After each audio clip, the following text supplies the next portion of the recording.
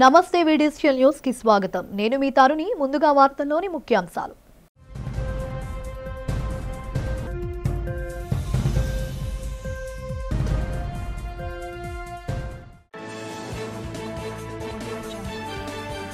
అటవీ భూముల దుర్వినియోగంపై మాజీ మంత్రి పెద్దిరెడ్డి రామచంద్రారెడ్డిపై మండిపడ్డ టీడీపీ నేత వర్ల రామయ్య. ఫారెస్ట్ యాక్ట్ నమోదు చేసి పెద్దిరెడ్డిని అరెస్టు చేయాలని డిమాండ్.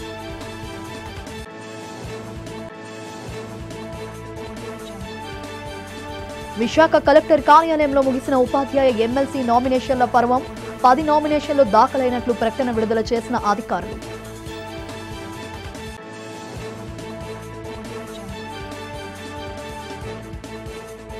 రోడ్డు ప్రమాద బాధితురాలకు బాసటగా నిలిచి సపర్యలు చేసిన హోంమంత్రి వంగలపూడి అనిత. హుటాహుటిన ఘటనా స్థలం నుంచి మరొక వాహనంపై హాస్పిటల్కు తరలించాలని అధికారులకు ఆదేశం.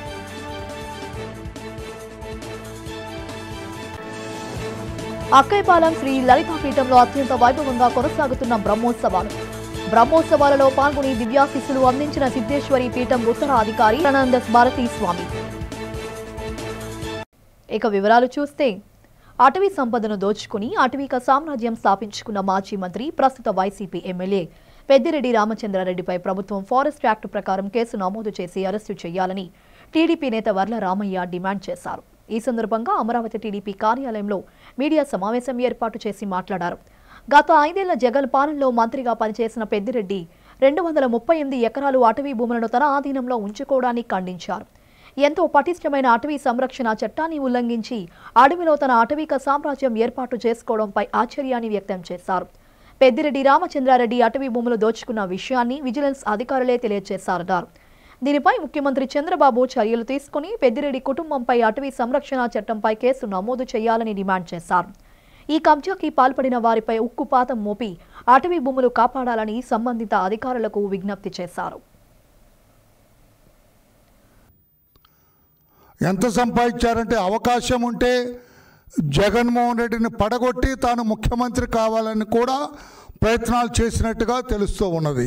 అంతటి స్థితికి ఎదిగాడు గౌరవ పెద్దిరెడ్డి రామచంద్రారెడ్డి గారు. ప్రస్తుతం శాసనసభ్యుడు మాత్రమే.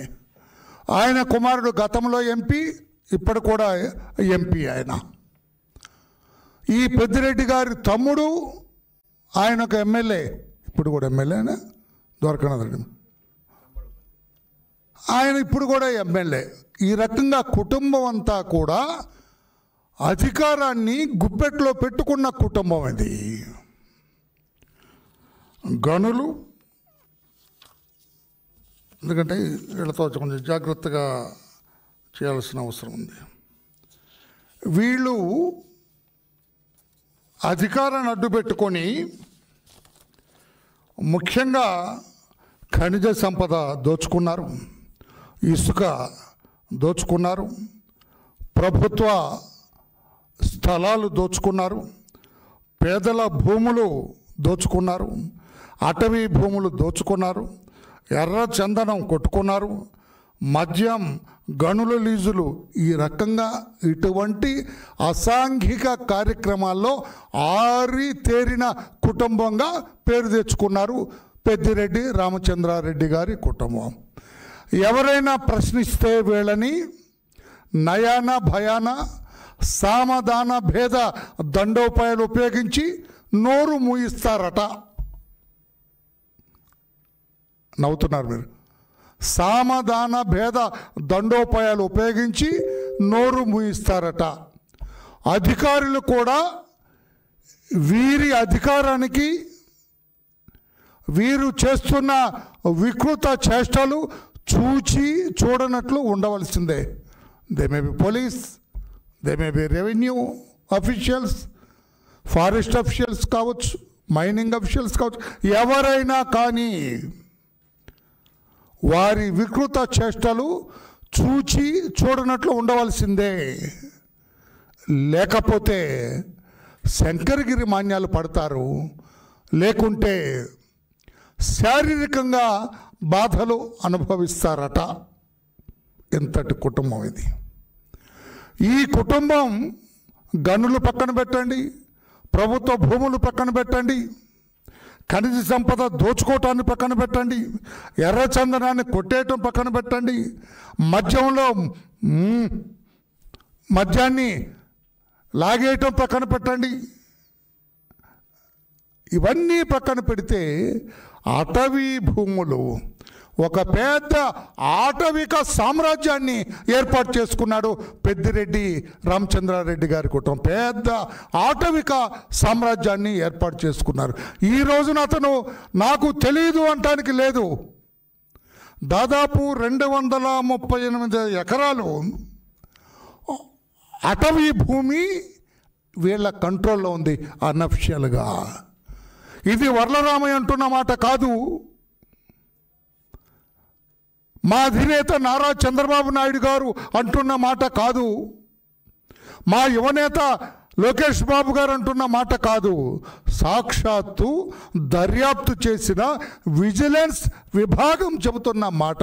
238 ఎకరాల పైచిలుకు అక్రమ మార్గాన వీళ్ళు స్వాధీనం చేసుకున్నారు.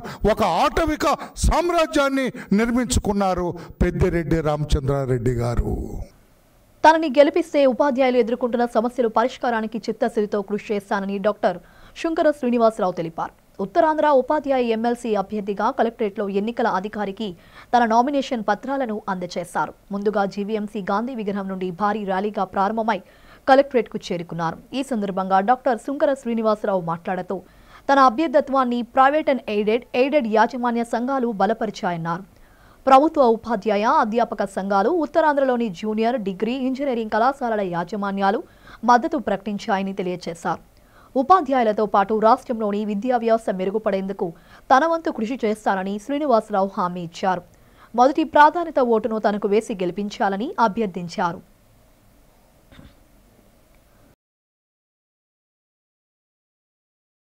నేను ప్రైవేట్, ఎయిడెడ్, అన్ఎయిడెడ్, అలాగే జూనియర్ కాలేజ్, డిగ్రీ కాలేజ్ అన్ని సంఘాల మద్దతుతో ఈరోజు ఉత్తరాంధ్ర టీచర్ ఎమ్మెల్సీగా కంటెస్ట్ చేస్తున్నాను.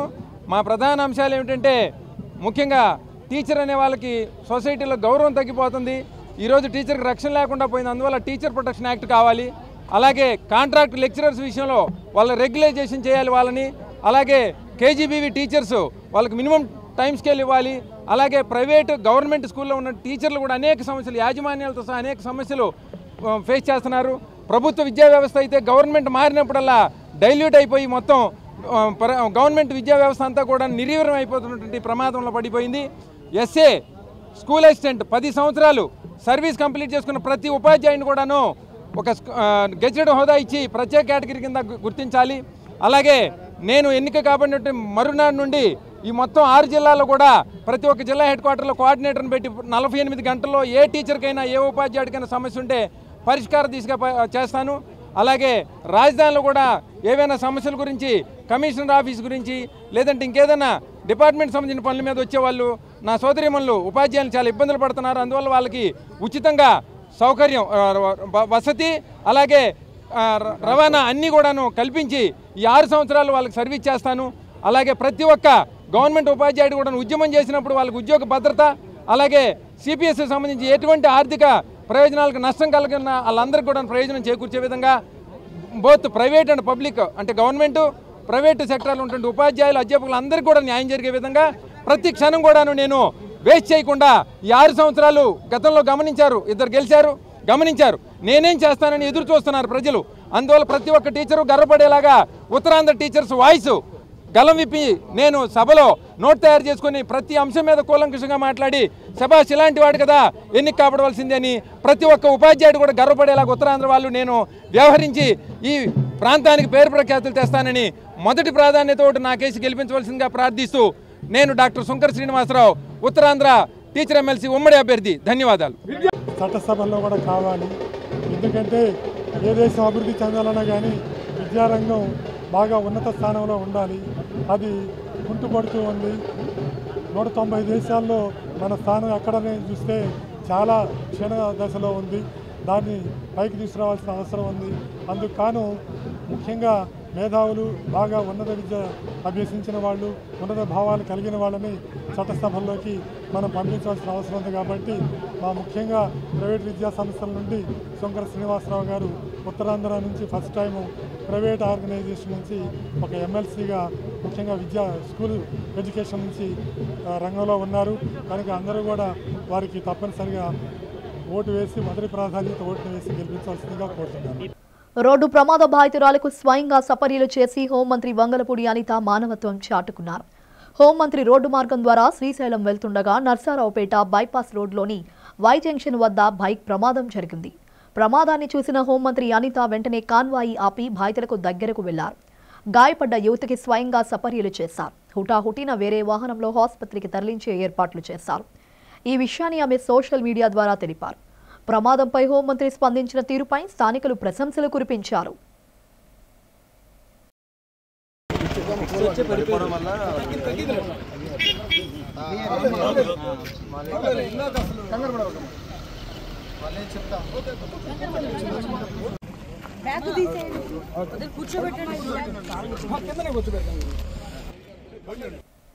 విశాఖ లలితానగర్ లలితాపీఠంలో 76వ బ్రహ్మోత్సవాలు ఘనంగా జరుగుతున్నాయి.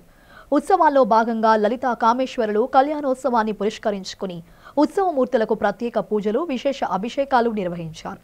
కుర్తాలం సిద్ధేశ్వరి పీఠాధిపతులు జగద్గురు సిద్ధేశ్వరానంద భారతి మహాస్వామి దివ్య ఆశీస్సులతో జరుగుతున్న బ్రహ్మోత్సవాలకు సిద్ధేశ్వరి పీఠం ఉత్తర అధికారి దత్తేశ్వరానంద భారతీయ స్వామి హాజరయ్యారు. స్వామి పర్యవేక్షణలో కుర్తాల్పీఠ పురోహితులు మాచెవోలు రమేష్ శర్మ ఆధ్వర్యంలో లలితా కామేశ్వరులకు పూజాధికాలు, అభిషేకాలు జరిపారు. వేద మంత్రాలు, మంగళ వాయిద్యాల నడుమ ఉత్సవమూర్తులకు మంగళస్నానం వైభవంగా జరిగింది. అనంతరం అన్నాభిషేకం నిర్వహించారు. పరిసర ప్రాంతాల నుండి భక్తులు తరలివచ్చి పూజలు చేసి తరించారు. అనంతరం భక్తులకు పెద్ద ఎత్తున అన్న ప్రసాదాన్ని వడ్డించారు. ఈ నెల 12 వరకు లలితా పీఠంలో జరిగే బ్రహ్మోత్సవాల్లో పాల్గొనేందుకు వచ్చామని కుర్తాలం పీఠం ఉత్తర అధికారి దత్తేశ్వరానంద భారతీ స్వామి అన్నారు. తొలిసారిగా లలితా కామేశ్వరుల కళ్యాణం తమ పర్యవేక్షణలో జరగడం ఆనందంగా ఉందని చెప్పారు. ఈ కార్యక్రమంలో వెంపరాల నరసింహమూర్తి, ఏవి శ్రీధర్, కృష్ణసేన్ పెద్ద సంఖ్యలో భక్తులు పాల్గొన్నారు.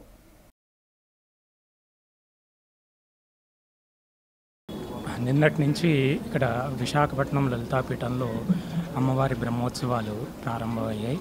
అయితే ఈరోజు కళ్యాణం అమ్మవారిది. పొద్దున్న ఉదయం నుంచి మంగళ స్నానాలు అవి జరిగాయి. సాయంత్రం 6:30 నుంచి అమ్మవారి కళ్యాణ కార్యక్రమం అనేది జరుగుతూ ఉంటుంది. అయితే ఈ 4 రోజులు 12వ తారీఖు దాకా ఉత్సవాలు అవి చెప్పుకున్నట్టు అన్నీ జరుగుతాయి. నాకు మొదటిసారిగా అమ్మవారి సన్యాసం దీక్ష స్వీకారం తర్వాత అమ్మవారి కళ్యాణం చేయించే భాగ్యం కలిగింది. అలాగే ఎంతోమంది భక్తులు ఈ కళ్యాణంలో పాల్గొంటున్నారు. ఇంకా భక్తులందరూ వచ్చి అమ్మవారి ఆశీస్సులు తీసుకోవాలని, అలాగే స్వామివారు అయిన శ్రీ శ్రీ శ్రీ సిద్ధేశ్వరానంద స్వామివారి ఆశీస్సులు కూడా అందరూ పొందగలరని కోరుకుంటూ సెలవు తీసుకుంటున్నాను. నారాయణ. నమో దేవ్యై మహాదేవ్యై శివాయై సతతం నమః. నమః ప్రకృత్యై భద్రాయై నీతా ప్రణదాస్పదం. కుర్తాలం శ్రీ సిద్ధేశ్వరి పీఠాధిపతులు పరమహంస పరివ్రాజకాచార్యవర్యులు జగద్గురువులు నడిచే దైవం శ్రీ శ్రీ శ్రీ సిద్ధేశ్వరానంద భారతి మహాస్వామి వారి యొక్క దివ్య ఆశీస్సులతో నిన్నటి నుంచి ఈ లలితాపీఠంలో 79వ బ్రహ్మోత్సవాలు ప్రారంభమై జరుగుతున్నాయి. దాంట్లో భాగంగా నిన్న సాయంకాలం అంకురార్పణ కార్యక్రమం పూర్తయింది. ఈ పూట ఉదయం సాధారణంగా ఇంట్లో పెళ్లి అనగానే మంగళ స్నానాలు చేయడం అనేటువంటిది ఒక సాంప్రదాయం. ఆ సాంప్రదాయాన్ని అనుసరించి ఇక్కడ కూడా పెళ్లి కొడుకు పెళ్లి కూతురు ఎవరయ్యా ఈనాటి కార్యక్రమానికంటే లలితాదేవి పెళ్లి కూతురైతే కామేశ్వరుడు పెళ్లి కొడుకు. అట్లా సాయంకాలం జరిగేటువంటి కళ్యాణ క్రతువు సందర్భంగా ఈరోజు ఉదయం మంగళ స్నానాలన్నీ కూడా పూర్తయినాయి. పంచామృతాలు, ఫలరసాలు, దాంతోపాటు అనేక ఖాద్య ద్రవ్యాలు అంటే ఇంగ్లీష్ భాషలో డ్రై ఫ్రూట్స్ ఇవన్నీ కూడా చేయడం జరిగింది. దాంతోపాటు అన్నంతో కూడా అభిషేకం జరుగుతోంది. కుంభ అభిషేకం కూడా జరిగింది. ఇటువంటి కార్యక్రమాన్ని దిగ్విజయంగా స్వామివారి అనుగ్రహంతో ఈ పూట అన్నాభిషేకంతో పూర్తవుతుంది. సాయంకాలం తిరిగి 6:30కి కళ్యాణ క్రతువు ప్రారంభమవుతుంది. భక్తులందరూ పాల్గొని అమ్మవారి కృపకు స్వామివారి కృపకు పాత్రలు కావాల్సిందిగా కోరుతున్నాం. నేరాలు పెరిగితే ఉపేక్షించేది లేదని రాష్ట్ర డీజీపీ హరీష్ కుమార్ గుప్తా స్పష్టం చేశారు.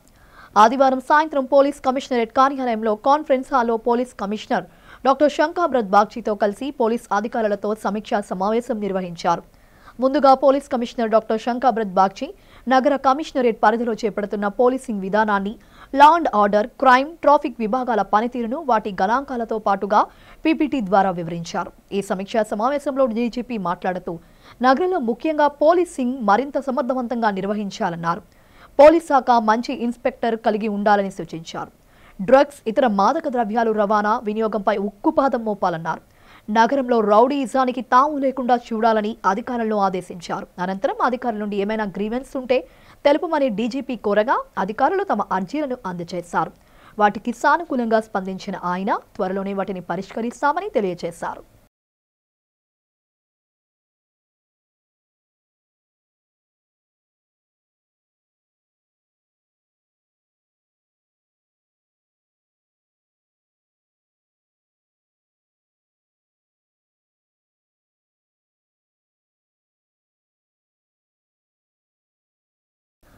అనకాపల్లి జిల్లా పరిధికి విస్తరించి ఉన్న అనకాపల్లి పార్లమెంటు పరిధిలోని ప్రతి అసెంబ్లీ నియోజకవర్గానికి విధిగా ఒక కేంద్రీయ విద్యాలయం ఏర్పాటుకు చర్యలు తీసుకుంటున్నట్లు అనకాపల్లి ఎంపీ సీఎం రమేష్ తెలిపారు. ఈ సందర్భంగా తన క్యాంపు కార్యాలయంలో ఏర్పాటు చేసిన మీడియా సమావేశంలో ఈ విషయం స్పష్టం చేశారు. అనకాపల్లిలో ఇప్పటికే కేంద్రీయ విద్యాలయం మంజూరు కాగా వచ్చే విద్యా సంవత్సరం నుండి తరగతులు ప్రారంభమవుతాయన్నారు. రానున్న 5 ఏళ్లలో 7 నియోజకవర్గాలకు 7 కేంద్రీయ విద్యాలయాలు ఏర్పాటు చేసేందుకు కృషి చేస్తామన్నారు. రానున్న బడ్జెట్లో 2 కేంద్రీయ విద్యాలయాలు ముందుగా పెందుర్తి, యలమంచిల నియోజకవర్గాల్లో స్థాపించాలన్నారు. మాడుగుల నియోజకవర్గంలో ముఖ్యమైన విద్యా సమస్యలు లేకపోవడంతో రానున్న రోజుల్లో కోటపాడు పరిధిలో కేంద్రీయ విద్యాలయాన్ని ఏర్పాటు చేయాలని, అదేవిధంగా ఉన్నత విద్యా సంస్థలు ఈ ప్రాంతంలో తీసుకొచ్చే విధంగా చర్యలు చేపడతామన్నారు. లక్ష వరకు ట్యాక్స్ లేకుండా చేయడం, ఇది అంటే దాదాపు 1,00,000 కోట్లు పైచిలుకే మధ్యతరగతి కుటుంబాలకి మేలు జరిగే విధంగా బడ్జెట్ తీసుకురావడం, ఇవన్నీ చూస్తే మనం ఎక్కువ దాంట్లో మన ఆంధ్రప్రదేశ్కి మేలు జరుగుతుంది. అవే కాకుండా ఇప్పుడు అనకాపల్లి పార్లమెంట్ కాన్స్టిట్యూన్సీలో మొన్ననే మనకు అనకాపల్లికి కేంద్రీయ విద్యాభవన్ స్కూల్ ఒకటి శాంక్షన్ అయింది.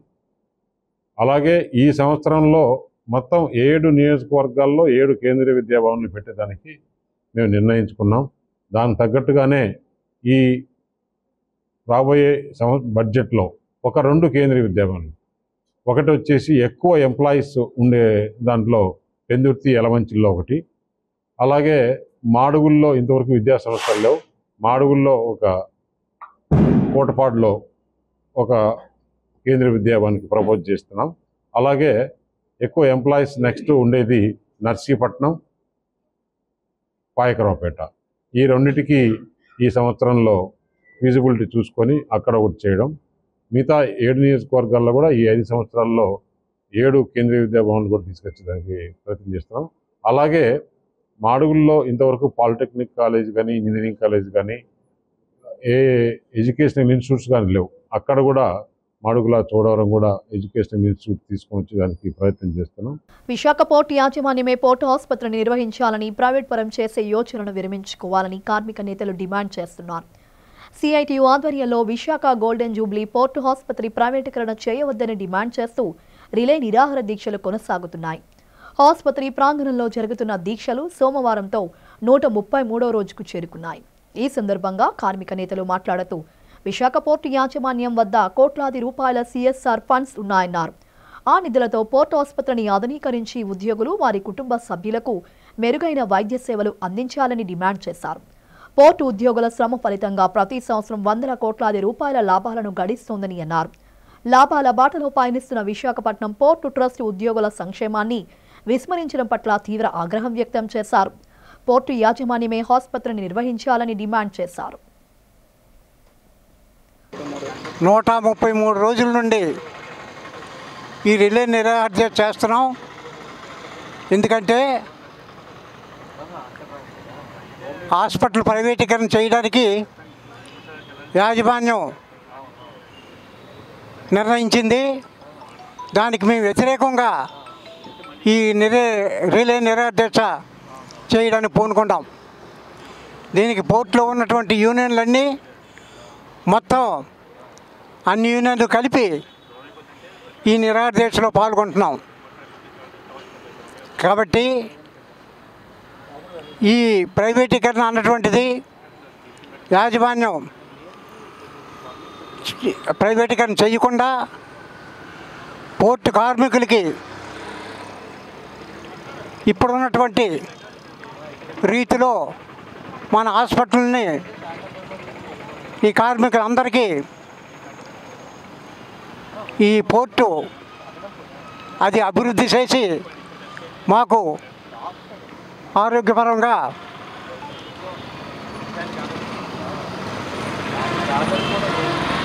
మంచి మందులు ఇచ్చి మా భవిష్యత్తును కాపాడుతారని వారికి యాజమాన్యం కూడా కోరుతున్నాం. ఇందులో ముఖ్యంగా ఇన్ని రోజుల నుండి ఈ కార్యక్రమాన్ని నడిపిస్తున్నాం. దానికి యాజమాన్యం ఇంతవరకు ఏ విధమైనటువంటి యాక్షన్ లేదు. ఇనాలి ఉచిత ప్రోస్థెటిక్ ఆర్మ్ క్యాంపును విజయవంతం చేయాలని శిబిరం కోఆర్డినేటర్ రోటోరియన్ సి సతీష్ కోరారు. విజయ్ ప్రెస్ క్లబ్లో జరిగిన మీడియా సమావేశంలో ఆయన మాట్లాడుతూ మార్చి 4, 5 తేదీల్లో ఈ శిబిరం నిర్వహిస్తున్నట్లు చెప్పారు. చేతులు లేని నిరుపేదలకు ఉచితంగా కృత్రిమ చేతులను అందిస్తామని తెలిపారు. శారీరక వైకల్యంతో బాధపడే వారికి సహాయపడటమే లక్ష్యంగా ఈ శిబిరం నిర్వహిస్తున్నామని తెలిపారు. సింధీ పంచాయతీ హాల్లో శిబిరం జరుగుతోందని తెలిపారు. ఈ శిబిరాన్ని వినియోగించుకోవాలని, అవసరమైన వారు తమ పేర్లను ముందుగా నమోదు చేసుకోవాలని బాల సతీష్ కోరారు. రోటరీ క్లబ్ విశాఖపట్నం సెంట్రల్ అధ్యక్షురాలు ఎస్ లావణ్య మాట్లాడుతూ కృత్రిమ చేతులు అవసరమైన వారు ఈ శిబిరంలో ఉచితంగా పొందవచ్చునన్నారు. మీ మీడియా ద్వారా మేము ఒక free prosthetic arm camp conduct చేస్తున్నాం. మీడియా ద్వారా ఆ క్యాంప్ గురించి మీరందరూ కూడా ప్రజలకు తెలియజేస్తే ఇంకా ఎక్కువ మంది ఎవరైతే అండర్ ప్రివిలేజ్డ్ సొసైటీలోంచి చేతులు కోల్పోయారో వాళ్ళందరికీ free battery operated prosthetic arm ఇస్తాం. ఇది 4వ తారీఖు 5వ తారీఖు మార్చిలో విశాఖపట్నంలో మన నవరోజీ రోడ్ దగ్గర సింధీ పంచాయత్ అని బిల్డింగ్లో పొద్దున్న 9 గంటలకు జరుగుతుంది. ఈ హ్యాండ్ ఏంటంటే ప్రతి హ్యాండ్ తాలూకు కాస్ట్ మ్యానుఫ్యాక్చరింగ్ కాస్ట్ 40,000 నుంచి 50,000 అవుతుంది. కానీ ఇది మీ అందరం కూడా ఉచితంగా అందరికీ అందజేస్తాం. సో ఎవరికైతే చేతులు పోయినాయో ఈ మోయిచే కింద నుంచి చేయిపోతే వాళ్ళకి ఇమీడియట్గా ఫిట్మెంట్ చేసి ఇచ్చేస్తాం. రెడీమేడ్గా చేతులు ఉంటాయి, అవి ఫిట్ చేస్తాం. అవి ఆ చేతులు ఫిక్స్డ్ చైర్స్ కాదు, బ్యాటరీ ఆపరేటెడ్. దాంతోపాటు ఆ చేయి ఇలాగా మీకు ఆపరేట్ అవుతుంది. ఆర్థిక, సామాజిక, రాజకీయ రంగాలలో వెలమలు ఎదగాలని, అందుకోసం ప్రభుత్వ సహకారం అందిస్తూ ఉందని రాష్ట్ర వెలమ అభివృద్ధి సంక్షేమం కార్పొరేషన్ చైర్మన్ పీవీజీ కుమార్ అన్నారు. పారిశ్రామిక ప్రాంతం కోరమండల్ గేట్ సమీపంలో ఓ కళ్యాణ మండపంలో శ్రీ తాండ్ర పాపారాయుడు వెలమ సేవా సంఘం నూతన కార్యవర్గం పరిచయ కార్యక్రమం కార్పొరేషన్ డైరెక్టర్ సంఘం అధ్యక్షుడు చెల్లారపు రామ్మోహన్ నాయుడు అధ్యక్షతన జరిగింది. ముఖ్య అతిథులుగా ఎమ్మెల్యే గణబాబు, పీవీజీ కుమార్ పాల్గొని నూతన కార్యవర్గాన్ని అభినందించారు. అనంతరం కార్పొరేషన్ చైర్మన్ మాట్లాడుతూ రాష్ట్ర వ్యాప్తంగా ఉన్న వెలమలందరినీ ఒకే వేదికపైకి తీసుకొచ్చి చైతన్య కార్యక్రమాలకు త్వరలోనే శ్రీకారం చుడుతున్నట్లు తెలిపారు. రాష్ట్రంలో వెలమలను ఆదుకునేందుకు కార్పొరేషన్ పనిచేస్తుందని అన్నారు. ముఖ్యమంత్రి చంద్రబాబు తనకు అప్పగించిన ఈ బాధ్యతను సమర్థవంతంగా అమలు చేసి వెలమల అభివృద్ధికి తోడ్పడతానని హామీ ఇచ్చారు. ఈ కార్యక్రమంలో నేతలు చీకటి సత్యనారాయణ, ప్రధాన కార్యదర్శి రొంగలి సత్యవర ప్రసాద్, అల్లు శంకర్రావు, చందు తదితరులు పాల్గొన్నారు.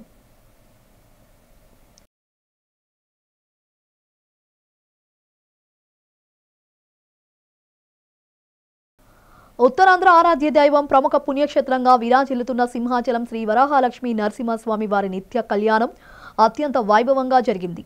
ఆర్జిత సేవల్లో భాగంగా అర్చక స్వాములు ఉత్సవమూర్తి గోవిందరాజస్వామిని ఉభయ దేవేరులతో మండపంలో అధిష్ఠింపచేశారు. నిత్య కళ్యాణంలో పాల్గొన్న భక్తులు గోత్రనామాలతో సంకల్పం చెప్పి పాంచాంతరగమ శాస్త్రం విధానంలో విశ్వకేశ ఆరాధన, పుణ్యవచనాలతో కార్యక్రమానికి శ్రీకారం చుట్టారు. కంకణధారణ, నూతన యజ్ఞోపవిత సమర్పణ, జీలకర్ర బెల్లం, మాంగళ్యధారణ, తలంబ్రాల ప్రక్రియలను కమనీయంగా జరిపించారు. మంత్రపుష్ప మంగళ శాసనాల తర్వాత భక్తులకు వేద ఆశీర్వచనాలు, శేషవస్త్రాలు, స్వామివారి ప్రసాదాలను అందజేశారు. అనంతరం స్వామివారి అంతర్యాల దర్శనం కల్పించారు.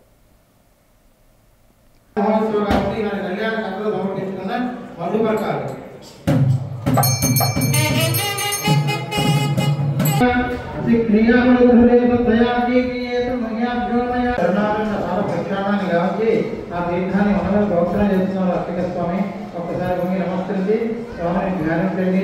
ఇప్పుడు మహాసంకల్పం అనే కార్యక్రమం జరుగుతుంది. నగరానికి చెందిన వాసుపల్లి సతీష్ కుమార్ కు కిక్ బాక్సింగ్ పోటీల్లో తన సత్తా చాటాడు. ఇటీవల న్యూఢిల్లీలో జరిగిన 4వ open India international kick boxing championship పోటీల్లో సతీష్ కుమార్ కాంస్య పతకాన్ని సాధించాడు. బీజేఎఫ్ ప్రెస్ క్లబ్లో జరిగిన సమావేశంలో foundation of Andhra Pradesh kick boxing league అధ్యక్షులు టెంకి దుర్గా వాసుపల్లి సతీష్ కుమార్ను ఘనంగా సత్కరించారు. ఈ సందర్భంగా పోటీల వివరాలను దుర్గా మీడియాకు తెలియజేశారు. ఈ నెల 1వ తేదీ నుండి 5వ తేదీ వరకు జరిగిన ఛాంపియన్షిప్ పోటీల్లో 18 దేశాలకు చెందిన క్రీడాకారులు పతకాల కోసం పోటీ పడ్డారని చెప్పారు. సూపర్ హెవీ వెయిట్ విభాగంలో సతీష్ కుమార్ కాంస్య పతకాన్ని సాధించాడని తెలిపారు. త్వరలో థాయిలాండ్లో జరగనున్న అంతర్జాతీయ పోటీల్లో బంగారు పతకం సాధించడమే లక్ష్యమని చెప్పారు. ఈ కార్యక్రమంలో కిక్ బాక్సింగ్ క్రీడా సంఘాల ప్రతినిధులు ఆనంద్ బాలు, జీవి రామచంద్రరావు, ఎం నారాయణరావు తదితరులు పాల్గొన్నారు. సతీష్ గారు బ్రాంజ్ మెడల్ కొట్టారు. 90+ హెవీ వెయిట్లో ఈయన బ్రాంజ్ మెడల్ కొట్టారు. అవతల ప్లేయర్ చాలా హెవీ వెయిట్ ఇంటర్నేషనల్ ప్లేయర్స్తో తలపడి బ్రాంజ్ మెడల్ కొట్టినందుకు మాకు చాలా ఆనందంగా ఉంది. ఓపెన్ ఇంటర్నేషనల్ కిక్ బాక్సింగ్ ఛాంపియన్షిప్కి మన విశాఖపట్నం నుంచి ఆంధ్రప్రదేశ్ టీమ్గా ఇండియా బోర్డు నుంచి సతీష్ కుమార్ గారు ఫుల్ కాంటాక్ట్ ఈవెంట్లో పార్టిసిపేట్ చేయడం జరిగింది. దాంట్లో టర్కీ ప్లేయర్ మీద ఫైట్ చేసి బ్రాంజ్ మెడల్ సాధించడం, అలాగే థాయిలాండ్లో జరిగే 4 ఇంటర్నేషనల్ కిక్ బాక్సింగ్కి సెలెక్ట్ అవ్వడం కూడా మాకు చాలా సంతోషంగా ఉంది. ఈ గొప్పటి అవకాశాన్ని ఇచ్చిన ఇండియా ప్రెసిడెంట్ మిస్టర్ సంతోష్ అర్వాల్కి కూడా థ్యాంక్ యూ తెలుపుకుంటున్నాం. Thank you. పేరు వాసుపల్లి సతీష్. నేను మర్చెంట్ నేవీలో సెకండ్ ఆఫీసర్గా వర్క్ చేస్తున్నాను. బేసికల్లీ కిక్ బాక్సింగ్ మీద ప్యాషన్ తోటి చాలా ఇయర్స్ వర్క్ చేశాను దాని మీద. 2017లో ఏషియన్స్ సెమీఫైనల్స్ అక్కడ పోయిన తర్వాత మళ్ళీ ఇంకా జాబ్ పరంగా నేను మెరైన్లోకి వెళ్ళిపోయాను. మళ్ళీ ఇప్పుడు ఆ ప్యాషన్ అలానే ఉండి నేను మళ్ళీ గేమ్ ఆడాలి, ఇండియాకి ఎలాగైనా గోల్ తీసుకురావాలని ప్యాషన్ తోటి మళ్ళీ నా జర్నీ స్టార్ట్ చేశాను.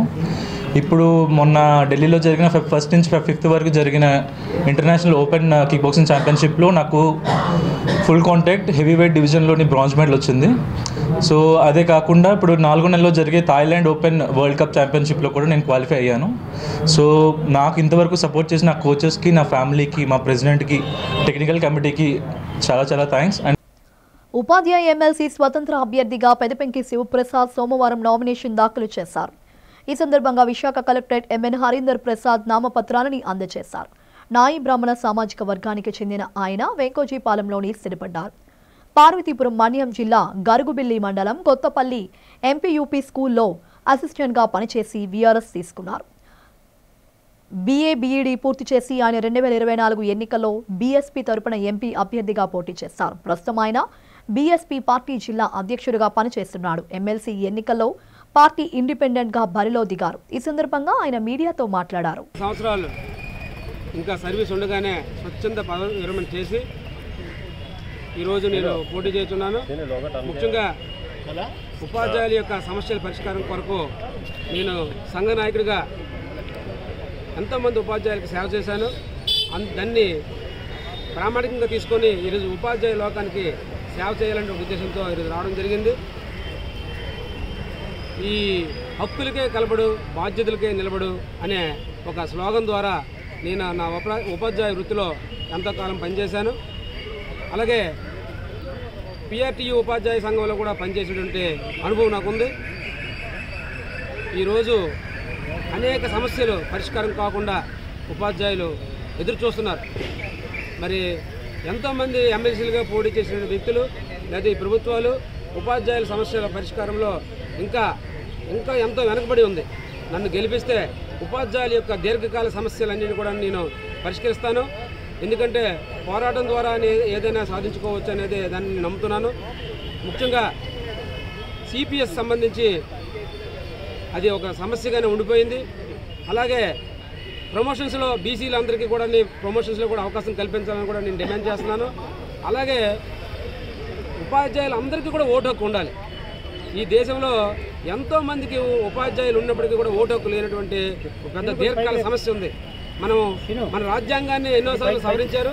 మరి ఉపాధ్యాయుల యొక్క అందరికీ ఉపాధ్యాయులకు ఓటు రావాలంటే మరి రాజ్యాంగాన్ని సవరించవలసిన పని ఉంది. మరి అనేకమైన చిన్న విషయాలకే కూడా రాజ్యాంగాలు సవరించినటువంటి సందర్భం ఉంది. మరి ఉపాధ్యాయులందరికీ ఓటు కల్పించాలనే ప్రధాన డిమాండ్తో నేను కూడా ఈరోజు పోటీ చేస్తాననే విషయం మీ అందరికీ తెలియజేస్తాను. బులెటిన్ ముగించే ముందు హెడ్లైన్స్ మరోసారి.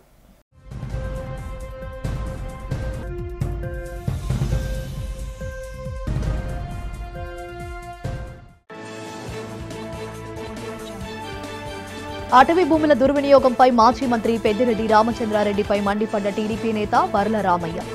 ఫారెస్ట్ యాక్ట్ నమోదు చేసి పెద్దిరెడ్డిని అరెస్టు చేయాలని డిమాండ్.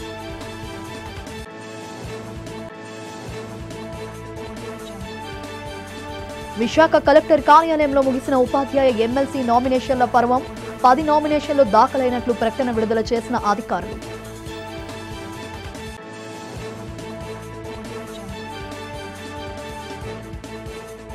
రోడ్డు ప్రమాద బాధితురాలకు బాసటగా నిలిచి సపర్యలు చేసిన హోంమంత్రి వంగలపూడి అనిత. హుటాహుటిన ఘటనా స్థలం నుంచి మరొక వాహనంపై హాస్పిటల్కు తరలించాలని అధికారులకు ఆదేశం.